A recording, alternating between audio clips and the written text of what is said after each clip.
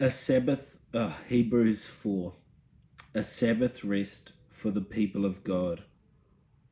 Therefore, since the promise of entering his rest still stands, let us be careful that none of you be found to have fallen short of it. For we also have had the good news proclaimed to us, just as they did. But the message they heard was of no value to them, because they did not share the faith of those who obeyed. Now we who have believed enter that rest, just as God has said. So I declared on oath in my anger, they shall never enter my rest.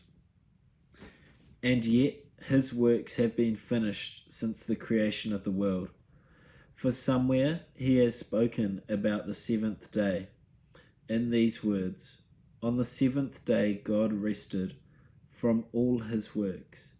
And again in the passage above he says, they shall never enter my rest.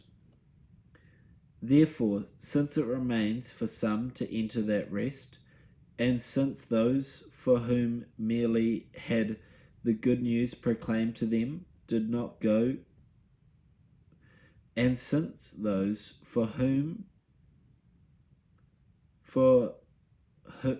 since those who formerly had the good news proclaimed to them did not go in because of their disobedience, God again set a certain day, calling it today.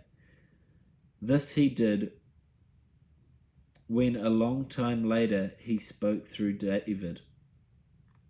As in the passage already quoted, today, if you hear his voice, do not harden your hearts. For if Joshua had given them rest, God would have spoken later about another day. There remains, then, a Sabbath rest for the people of God. For anyone who enters God's rest also rests from their works, just as God did from his.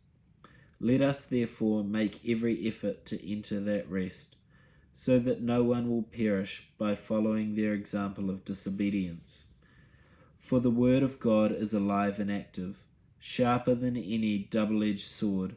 It penetrates even to dividing soul and spirit, joints and marrow. It judges the thoughts and attitudes of the heart. Nothing in all creation is hidden from God's sight. Everything is uncovered and laid bare before the eyes of him to whom we must give an account, Jesus, the great high priest. Therefore, since we all have a great high priest who ascends to heaven, Jesus the Son of God, let us hold firmly to the faith we profess. For we do not have a high priest who is unable to empathize with our weakness, but we have one who has been tempted in every way, just as we are, yet he did not sin.